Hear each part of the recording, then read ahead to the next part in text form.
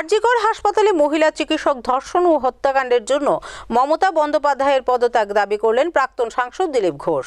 বৃহস্পতিবার বিজেপি দলের সদস্যতা অভিযান কর্মসূচি সফল করার জন্য তিনি ধর্মনগরে এসে সাংবাদিকদের সাথে এক সাক্ষাৎকারে এই দাবি জানান। বিজেপির সদস্যপদ সংগ্রহ অভিযানে অংশ নিতে বৃহস্পতিবার উত্তর জেলার সদর ধর্মনগর যান প্রাক্তন সাংসদ তথা বিজেপির প্রাক্তন সর্বভারতীয় সহসভাপতি দিলীপ ঘোষ।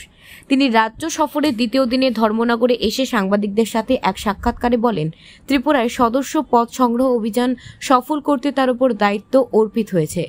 সেই লক্ষ্যেই তিনি রাজ্যে এসেছেন বলে জানান।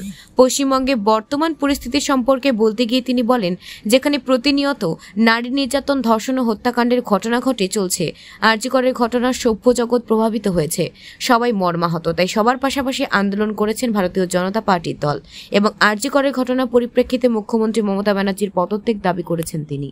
যে ঘটনা ঘটেছে মহিলা ডাক্তারের সঙ্গে, তাদের সমস্ত সভ্য জগৎ খুবই প্রভাবিত হয়ে গেছেন।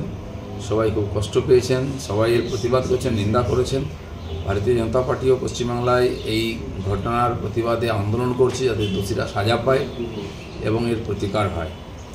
আর জোরদার আন্দোলন আমরা করছি। আমরা ওখানকার মুখ্যমন্ত্রীর পদত্যাগ দাবি করেছি, কারণ এরকম প্রায় 50,000-এর কাছাকাছি ঘটনা মমতা ব্যানার্জির রাজত্বকালে পশ্চিমবাংলায় ঘটেছে, কোনো সুবিচার কেউ পায়নি। তাই তার মতো অযোগ্য শাসকের অপসারণ চাই বলে আন্দোলন করছি।